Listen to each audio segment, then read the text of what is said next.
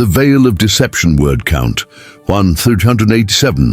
The grand ballroom of the Ashford estate glittered like a jewel box beneath crystal chandeliers. Marcus Ashford stood at the altar, his jaw clenched tight as he stared at the ornate doors where his bride would soon appear. The silk tie around his neck felt like a noose. The weight of betrayal pressed heavy on his chest. Everything about this wedding was wrong. Just 48 hours ago, Marcus had thought himself the luckiest man alive. His engagement to Sophia Chen, the brilliant architect he'd fallen for over shared late-night design meetings, had been the one genuine thing in his carefully constructed world. But yesterday morning, his business rival Victor Crane had sent him photographs. Security footage. Evidence that the woman he loved was actually Victor's spy, planted to steal his company's revolutionary building designs. The photos showed Sophia entering Victor's office building, repeatedly, at odd hours. The timestamps told a damning story.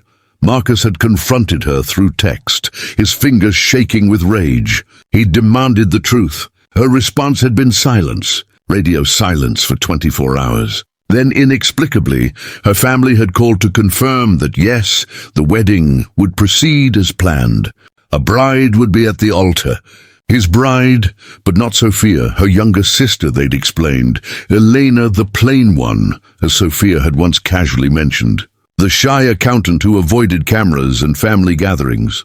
Some old-fashioned honor clause in their family tradition meant Elena would take her sister's place to save face. To prevent scandal, Marcus had laughed bitterly at the absurdity. He'd been deceived once. Now he was being asked to accept a substitute bride he'd barely met, someone described by his own fiancée as unremarkable, forgettable, someone he'd seen only in family photos, always slightly blurred, always looking away from the camera.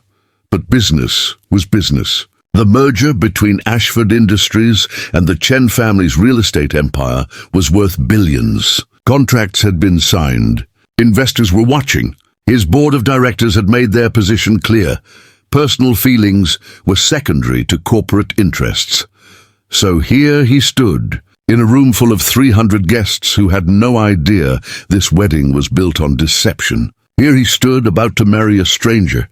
The orchestra began playing. The doors opened. Marcus's breath caught despite himself. He'd prepared for indifference, perhaps pity. He'd steeled himself to look at a woman and feel nothing but the cold calculation of a business transaction. He'd imagined someone awkward, uncomfortable, plain, just as Sophia had described. The woman who appeared in the doorway was none of those things.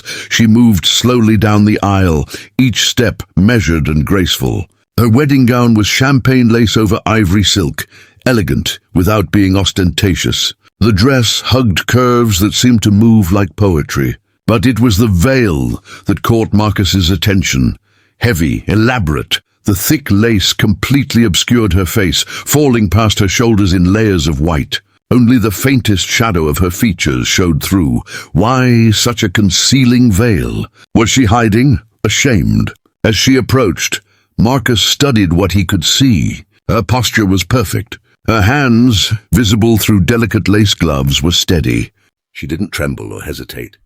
When she reached the altar and stood before him, he caught the faintest hint of jasmine perfume. Her eyes, barely visible through the veil, seemed to be watching him calmly. The officiant began the ceremony. The words washed over Marcus like distant waves. He responded when prompted, his voice automatic. Beside him, Elena spoke her vows in a voice that was surprisingly warm, surprisingly rich. Not shy at all, not the voice of someone who hid from cameras. Do you, Marcus Ashford, take this woman to be your lawfully wedded wife? I do. The words felt hollow. Do you, Elena Chen, take this man to be your lawfully wedded husband? I do. Steady, certain. You may kiss the bride. This was the moment. Marcus reached for the veil, his fingers grasping the delicate lace. Part of him wanted to rip it away quickly, like tearing off a bandage. Get the disappointment over with. See the stranger he'd been chained to. Begin the cold, practical marriage they'd both endure for the sake of contracts and shareholders. But something made him pause.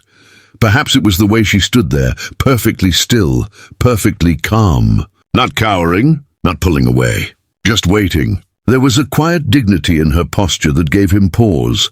He lifted the veil slowly, the fabric whispered as it moved, lifting like morning mist. First her chin came into view, delicate, defined. Then her lips, full and naturally rose-colored, curved in the slightest hint of a smile. Her nose elegant and straight. Her cheekbones high and graceful. And then her eyes. Marcus froze. They were Sophia's eyes. The same warm brown, the same subtle almond shape, but there was something different about them. Something deeper. These eyes held kindness, warmth, a quiet strength that Sophia's had always lacked. These eyes looked at him not with calculation, but with understanding, and they were familiar. Suddenly, impossibly, memories rushed back. A corporate charity gala 6 months ago, a woman in a simple black dress, helping reorganize the silent auction items when the table collapsed. She'd been efficient, kind, making everyone around her feel at ease. He'd chatted with her about architecture, about his dreams for sustainable urban housing. She'd actually listened, asked insightful questions about materials and costs and community impact. He'd thought about that conversation for weeks afterward.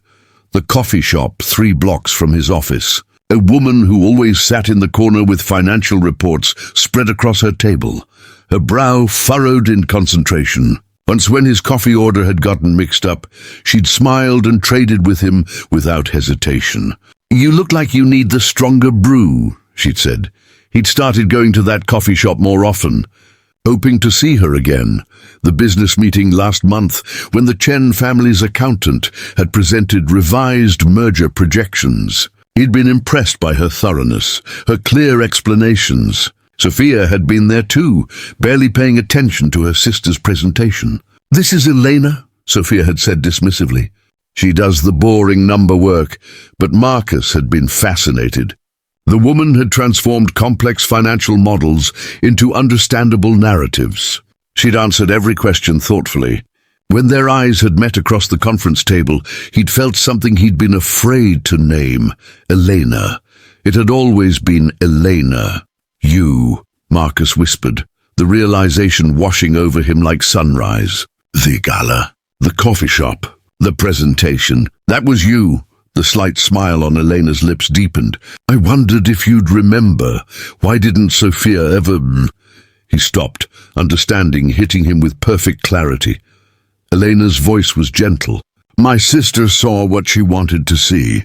I was convenient. I handled her accounts, managed her schedule, stayed in the background. When you fell for her, She paused, something vulnerable flickering across her face. "I stepped back. I thought you two would be happy. The photos of you at Victor's office? I was investigating him for you," Elena said quietly. "I discovered discrepancies in some vendor contracts. I suspected industrial espionage and traced it to Victor's network. I was gathering evidence. When I tried to tell Sophia to warn you, she panicked, ran. She was the one feeding information to Victor, not me. She'd gotten in too deep and was afraid of being discovered. The ballroom had gone completely silent. 300 guests watched, holding their breath. Marcus reached up and gently cupped Elena's face with both hands. "I've been such a fool." "No," Elena said softly. "You were dazzled." "It happens. I don't want a business arrangement," Marcus said, his voice carrying across the silent room. "I don't want a marriage of convenience. I want to start over. I want to know you. Really know you. The woman who reorganizes charity auctions and drinks strong coffee and turns numbers into poetry. May I? May you what? Court my own wife?" Elena's laugh was like music, clear and genuine and full of life. "I suppose that's unconventional enough to work." When Marcus kissed her, it wasn't the obligatory kiss of a business merger. It was a promise, a beginning, the start of something real. The ballroom erupted in applause, and for the first time in 48 hours, Marcus Ashford felt like the luckiest man alive.